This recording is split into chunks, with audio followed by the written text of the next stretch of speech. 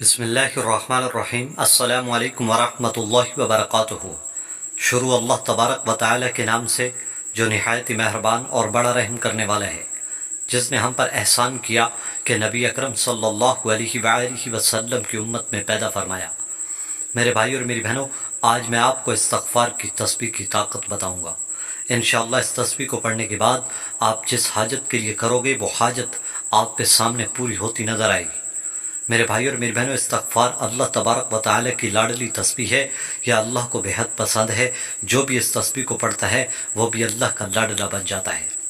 اس تسبیح کی برکت سے اللہ تمام گناہوں کو معاف فرما دیتے ہیں۔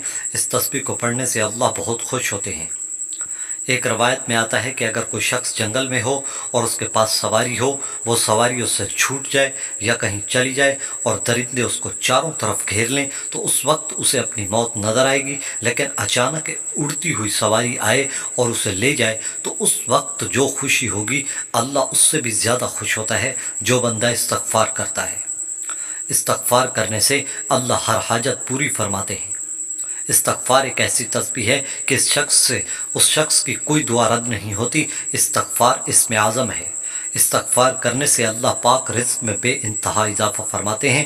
اللہ کی قسم، اگر کوئی شخص فرض کر لے کروڑوں سال زندہ رہے اور ساری زندگی گناہ کرتا رہے، زمین اور آسمان کی درمیانی خلا کو گناہوں سے بھر دے اور ایک مرتبہ دل سے استغفر اللہ پڑھ لے اور اپنے گناہوں کی معافی مانگ لے تو اللہ کی قسم اللہ اس کے سارے گناہ ایک سیکنڈ میں ختم فرما دیں گے۔ اور ایک مرتبہ استغفار پڑھنے کی طاقت اتنی زیادہ ہے تو جو استغفار کو کثرت سے پڑھتا ہے وہ تو اللہ کا ولی ہوگا۔ تو میری گزارش ہے کہ آپ استغفار کی تسبیح کو معمول بنا لیں۔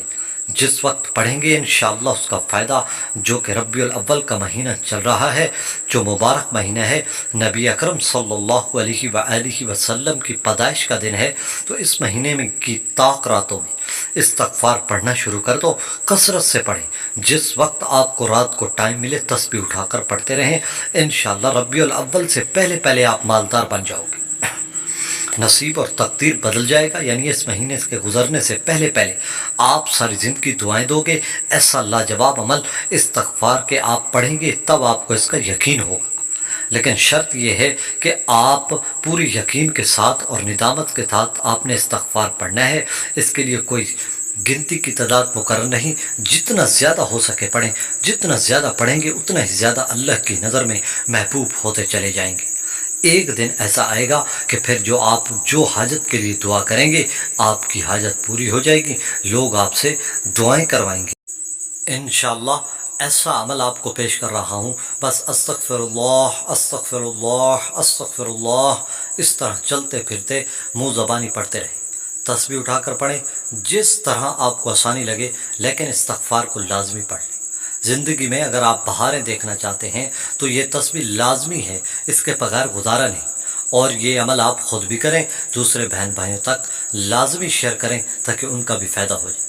قرآن مجید میں ایک صورت ہے سورہ نوح، جس میں اللہ تبارک و تعالی حضرت نوح علیہ السلام سے خطاب فرما رہے ہیں کہ اے لوگو، اپنی قوم کو کہو کہ وہ استغفار پڑھنا شروع کر دے، میں ان کے تمام گناہوں کو معاف فرما دوں گا، میں ان کے جسم میں طاقت بھر دوں گا، میں ان پر بارشیں برساؤں گا، میں ان پر رزق کے دروازے کھول دوں گا، رزق کے دہانے کھول دوں گا۔ اگر آپ چاہتے ہو کہ رزق میں بے انتہا برکت پیدا ہو جائے تو آپ کی ہر حاجت قبول ہو، تو آپ پھر استغفار کی تسبیح کو اپنی زندگی کا حصہ بنا لو۔